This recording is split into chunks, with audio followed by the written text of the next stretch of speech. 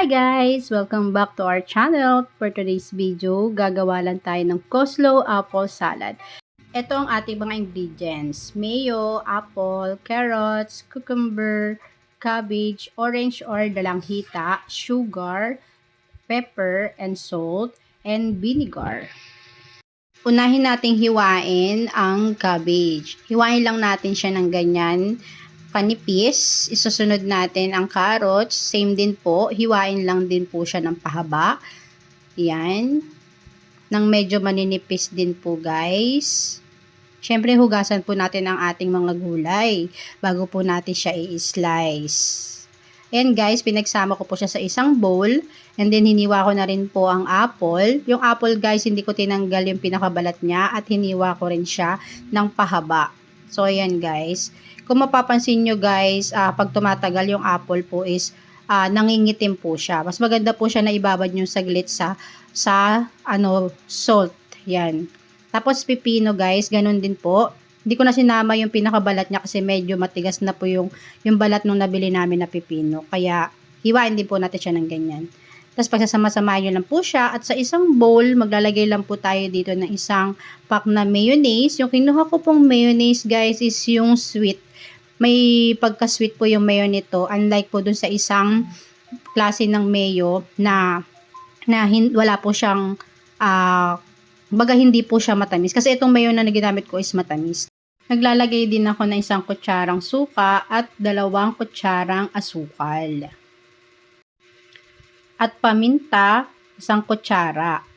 At haluin natin siya hanggang sa maabsorb ng mayo ang ating nilagay na seasoning. So, ayan guys. Pwede nyo rin siyang lagyan guys ng magic sarap para mas malasa po siya. Kasi mas lumalabas po yung lasa nung ating cream pagka nilagyan natin ng konti lang po na magic sarap. Tapos titikman nyo po siya kung okay na sa inyo yung taste niya, yung tamis at alat po niya at asim. So, ayan guys. So, sunod natin, ihiwain natin yung dalanghita. Dahil hindi ako nakabili ng orange dalanghita po ang available sa aming rep.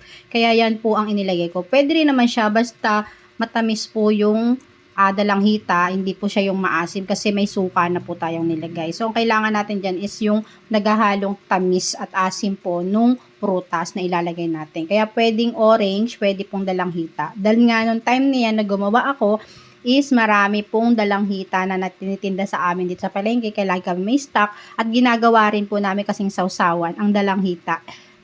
Imbis na kalamansi po yung bilhin namin, dalanghita po yung ginagamit namin pang sausawan. O diba? May na-share ako sa inyo. So yan, nagdagdag ako ng asin dyan guys. Konting asin lang kasi medyo natabangan siguro ako dyan. Kaya dinagdagan ko po siya ng asin.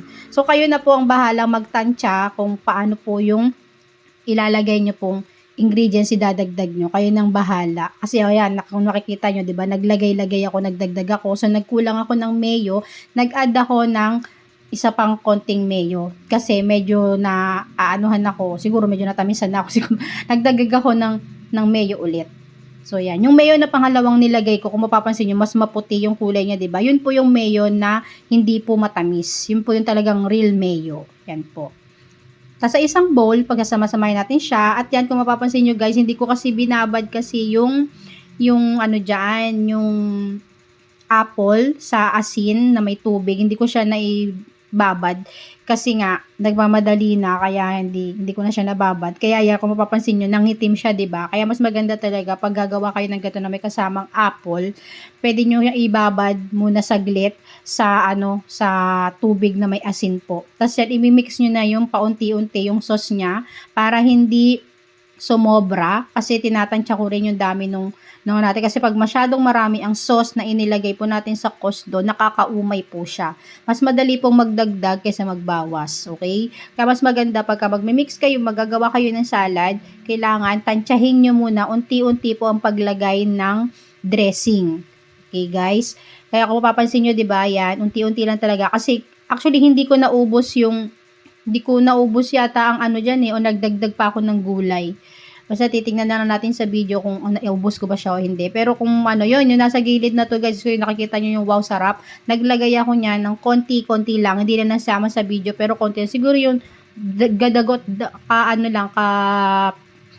tawag doon, parang yung gaipit lang ba ng daliri natin. Basta konti lang talaga kasi pag masyado ring marami ang nailagay nyo na magic syrup, overpowerful po yung pinakalasa niya. Hindi na siya masarap tikman, hindi na siya ganun ka nakakaumay na. Kaya kailangan tansyahin niyo yung paglagay ng magic. Pero maganda talaga siya.